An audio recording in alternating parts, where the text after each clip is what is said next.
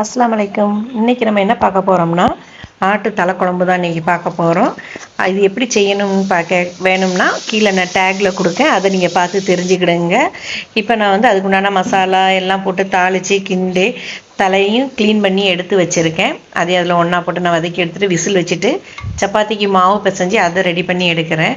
சப்பாத்தி மாவு பிசைகிறத நான் இன்றைக்கி எடுக்கலை, தேய்க்கிறதும் எடுக்கலை, கல்லில் போடுறதையும் எடுக்கலை. இன்றைக்கி நான் சுட்டு ரெடி பண்ணி வைக்கிறத மட்டும் தான் காட்டியிருக்கேன். சப்பாத்தி ரெடி பண்ணிவிட்டு இன்னைக்கு நைட் எங்கள் வீட்டில் உள்ள டிஃபன் வந்தில் சப்பாத்தியும் ஆட்டு தலைக்குழம்பும் தான். தலைக்குழம்பு வந்து எல்லா டிஃபனுக்கும் செட் ஆகும், அதே மாதிரி சோறு வச்சு சாப்பிட்றதுக்கும் தலைக்குழம்பு செட் ஆகும்.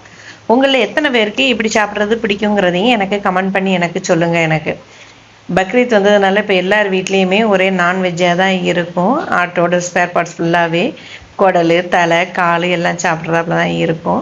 அலைக்கும் சலாம்.